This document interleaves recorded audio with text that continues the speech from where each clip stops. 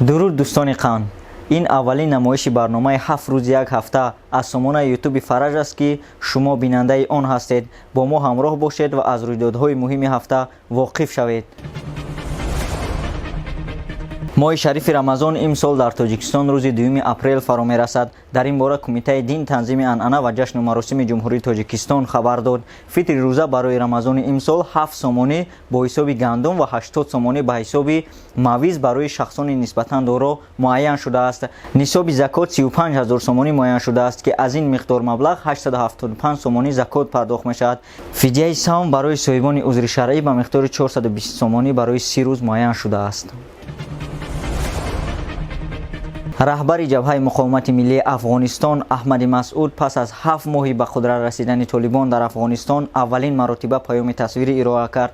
паёми 24 дақиқаи аҳмади масъуд шаби 24 март дар шабакаҳои иҷтимоӣ пайдо шуд.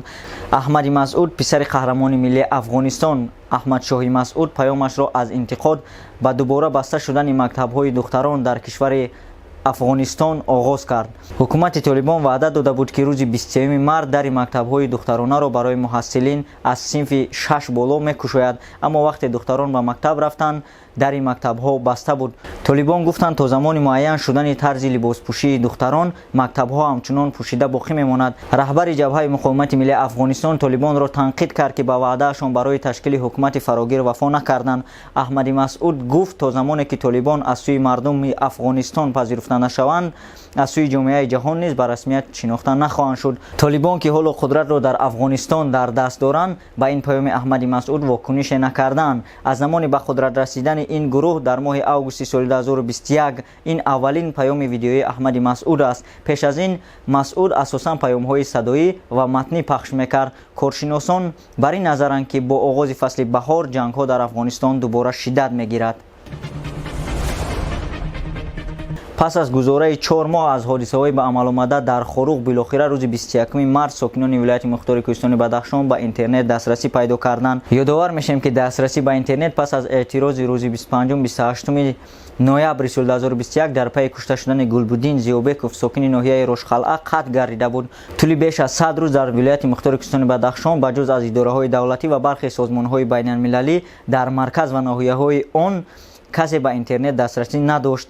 мақомот қатъи дастрасӣ ба интернетро таъмини амният дар вилоят меномиданд, вале сокинон шикоят мекарданд ки қатъи интернет шароити зиндагӣ, таҳсил ва кору тиҷорати онҳоро душвор кардааст. дар мавриди дигарбора барқарор кардани хати интернет дар вилояти мухтори Кӯҳистони Бадахшон мақомот рӯзи 18 март иттилоъ доданд.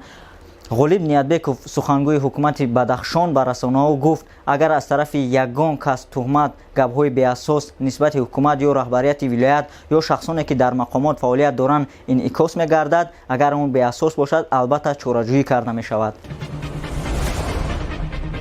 тоҷикистон дар раддабандии Созмони Милали Муттаҳид дар қатори кишварҳое ҷой гирифт ки сокинонашон начандон хушбахтанд. созмони мазкур рӯзи 19 марти соли ҷорӣ гузориши худро дар мавриди вазъи зиндагии сокинони 146 мамлакати дунё дар соли 2021 нашр кард. тибқи ин гузориш мардуми кишвари Финляндия бо дарёфти мақоми аввал хушбахттарин сокинони сайёра дониста шуданд. ин соли панҷум пайҳам аст ки Финляндия хушбахттарин мамлакати дунё шинохта мешавад. мардуми Афғонистон дар мавқеи охирини ин раддабандӣ қарор гирифта бадбахттарин сокинони сайёра ном гирифтанд.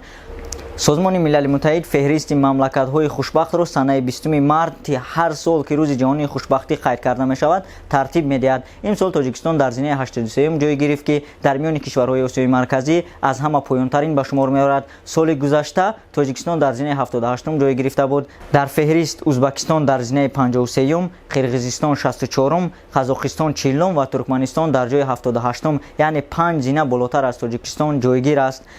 дар ин мақом қарор гирифтани тоҷикистон ба маъноест ки Созмони Милали Муттаҳид сокинони кишвари моро начандон хушбахт ва аз зиндагӣ норозӣ меҳисобад. аз ҷониби мақомоти тоҷикистон ба ин гузориш то ҳол аксуламале нишон дода нашудааст, аммо дар гузашта дар вокуниш ба ин гузориш гуфта буданд ки ин назарсанҷиҳо сарсарӣ аст ва ҳақиқатро нишон намедиҳад.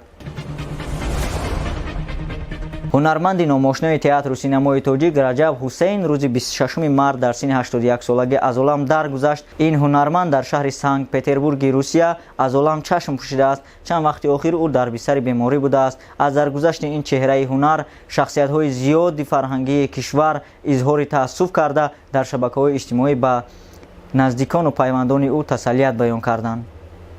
Раҷаб Ҳусейн яке аз ҳунармандони овозадори театру синамои тоҷик ба ҳисоб мерафт, ки дар баробари нақшҳои мондагор дар саҳнаи театру пардаи синамои тоҷик ҳамчунин дар филмҳои зиёди кишварҳои хориҷӣ низ нақш офаридааст ва шӯҳрати зиёд дар хориҷи кишварро низ дошт.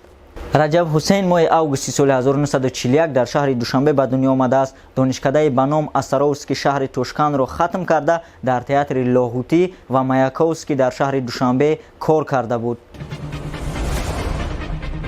аз 25 то 29 марти соли равон дар шаҳри Намангони Ҷумҳурии Ӯзбекистон мусобиқаи байналмилалии футбол зери унвони Ҷоми Наврӯз баргузор гардид.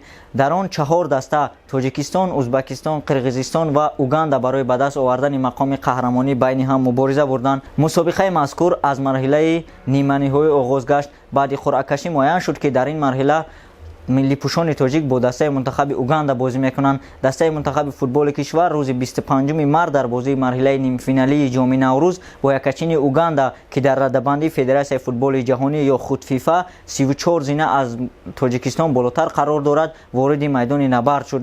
дар бозӣ бар муқобили Уганда футболбозони мо ба мушкилии зиёд вақти асосии бозиро бо натиҷаи мусовии 1-1 ба поён расонинданд, аммо дар задани силсила зарбаҳои пеналти бо натиҷаи 5-4 шикаст хӯрданд. баъди ин бохт Тоҷикистон аз роҳхат ба марҳилаи финалии мусобиқа маҳрум шуд ва барои ба даст овардани зинаи сеюми мусобиқа ба масофи тими миллии Қирғизистон, ки дар бозии дуюми даври нимниҳоӣ аз мизбони бозиҳо дастаи Ӯзбекистон бо натиҷаи 3-1 шикаст хӯрда буд, равон шуд.